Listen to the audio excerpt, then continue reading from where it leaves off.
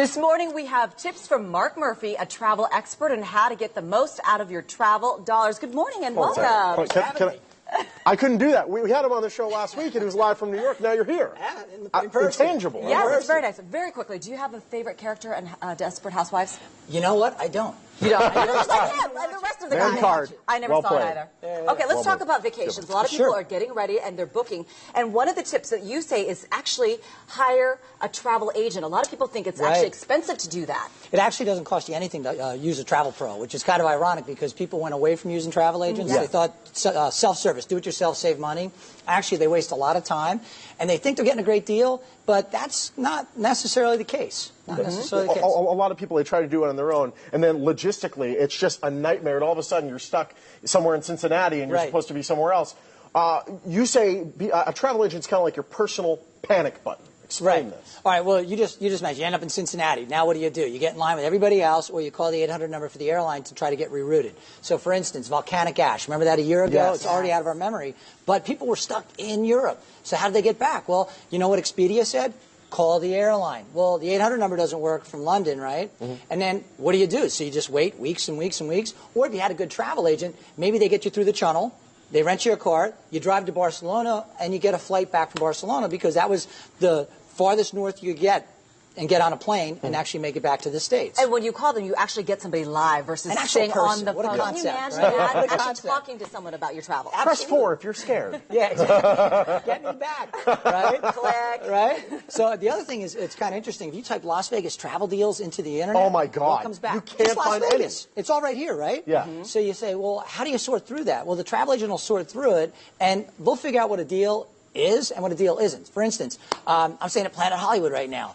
Caesars Entertainment, no resort fees. But some of the hotels you stay at, they'll hit you an extra $30 a day. Travel agents are going to know what those fees are, and they're going to help open your eyes to what your actual cost of travel is going to be, not what's advertised and your booking. I'm glad that you mentioned that Google situation, too, because you type that, and it's just a whole bunch of spam pages. You click it, and then you're on, like, this shady website from somewhere in, you know, Botswana. And ironically, on that first page, which a lot of people click on that first page, it's always the usual suspects. And it's hard to get maybe to a specialist who actually specializes in selling a certain destination or product. And that specialist probably went and actually did the travel themselves. They've experienced it as well, so they can recommend it or say, no, stay away from that. Well, you know, it's two things. Number one, most people don't understand travel agents sell 80% of all cruises, over 70% of all tours. Wow. If you go to Mexico, 70, 80, 90% of the resorts down there. So they get two things. They get, if they go themselves, of course, but they get feedback from tens of millions of travelers on what's good and what's not.